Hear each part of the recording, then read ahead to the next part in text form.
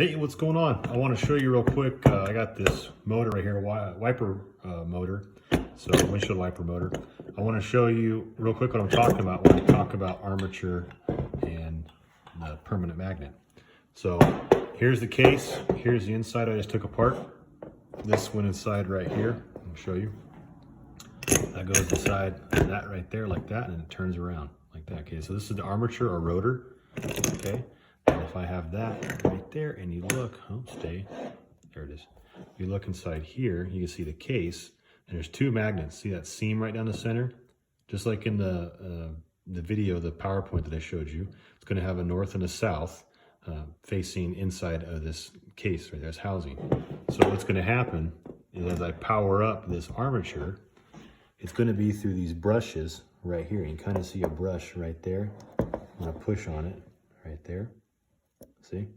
So right there you have power coming in right here. It comes through this little braided cable here. There's a spring in there, it pushes in that brush.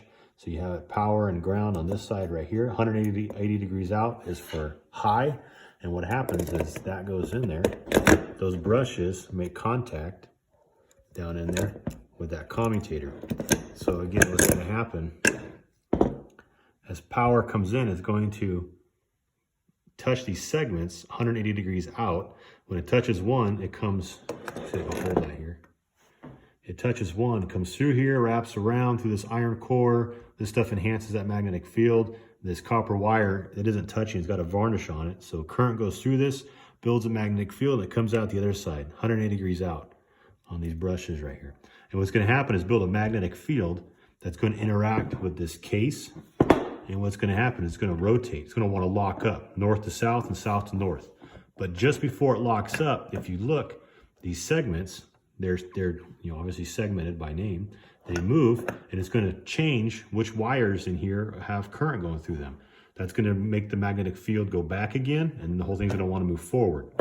But then when it moves again, the cycle repeats. The magnetic field is going to be energized behind it, and it's going to want to move forward. So it's never going to actually lock up. And so what you end up getting is, see if I can show you, this just keeps spinning and spinning and spinning and spinning and spinning and spinning inside this case.